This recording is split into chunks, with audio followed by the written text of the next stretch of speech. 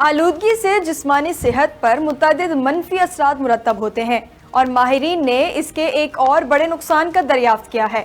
Traffic سے پھیلنے والی فضائی آلودگی ڈیمنشیا جیسے مرض کا باعث بنتی ہیں۔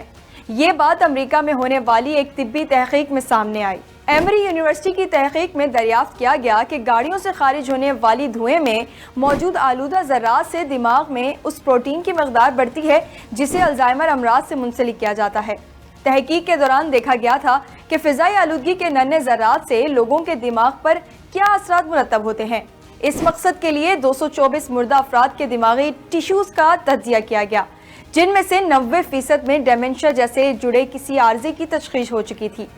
محققین نے یہ جائزہ بھی لیا کہ ان افراد کے گھروں میں ٹریفک سے خارج ہونے والے آلودہ ذرات کی شرح کیا تھی۔ نتائج سے معلوم ہوا کہ جن علاقوں میں ٹریفک سے خارج ہونے والی فضائی آلودگی کی شرح زیادہ ہوتی ہے وہاں الزائمر امراض کے کیسز بھی بڑھ جاتے ہیں۔ محققین کے مطابق فضائی آلودگی کی شرح بڑھنے سے دماغ میں ایمولوئڈ پروٹین کی مقدار بڑھ جاتی ہے جسے الزائمر امراض کا باعث قرار دیا جاتا ہے۔ انہوں نے بتایا کہ ہم نے فضائی آلودگی اور الزائمر امراض کی سنگین شدت کے درمیان تعلق دریافت کیا ہے۔ اس تحقیق کے نتائج journal of the American academy of neurology میں شائع ہوئے۔ اس سے قبل اگست 2023 میں شکاگو یونیورسٹی کے انرجی پالیسی انسٹی ٹیوٹ کی ایک تحقیق میں بتایا گیا تھا کہ فضائی آلودگی دنیا بھر کے انسانوں کی صحت کے لیے تمباکو نوشی یا الکحل سے زیادہ خطرناک ہے۔ امریکی انسٹی ٹیوٹ کی تحقیق میں بتایا گیا کہ عوامی صحت کے لیے سب سے بڑا بیرونی خطرہ فضائی آلودگی کے ذرات ہیں۔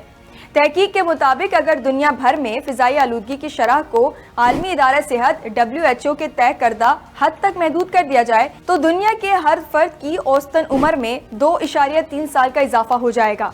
فضائی آلودگی کے ذرات سے امراض قلب، پھیپھڑوں کے امراض، فالج اور کینسر کا خطرہ بڑھتا ہے، مگر اس کی روک تھام کے لیے بہت کم فنڈز مختص کیے گئے ہیں۔